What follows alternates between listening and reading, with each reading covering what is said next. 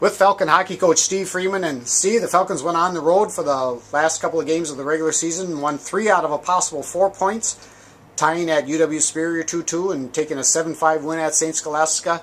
We're watching some highlights from that Superior game. Could you talk a little bit about those contests? Sure, Jim. It was a great weekend for us, picking up 3 out of 4 points on the road and against some good hockey teams. Friday night's game against Superior was a real kind of a defensive struggle. Both teams checked really close, and the goaltenders played well for both teams. The 2 goals that Superior got, we kind of fell asleep, and they were both breakaways, which is just kind of a killer.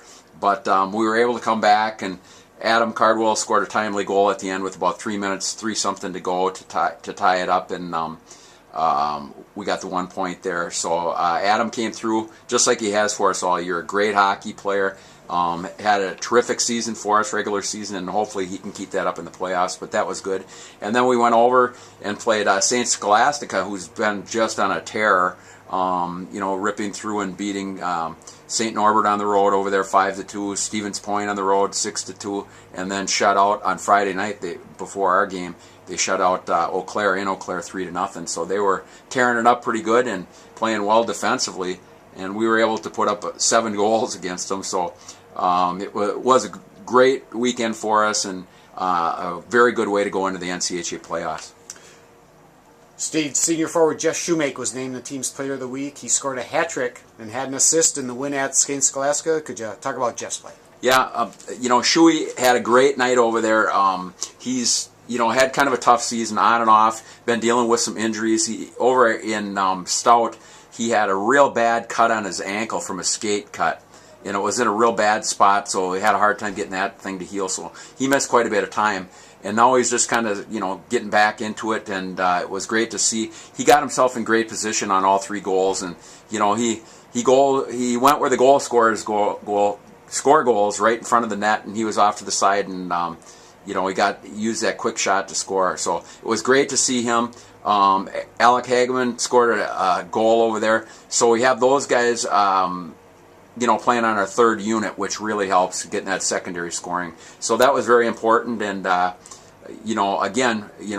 into the playoffs, if we can continue that, that'll really help us be successful.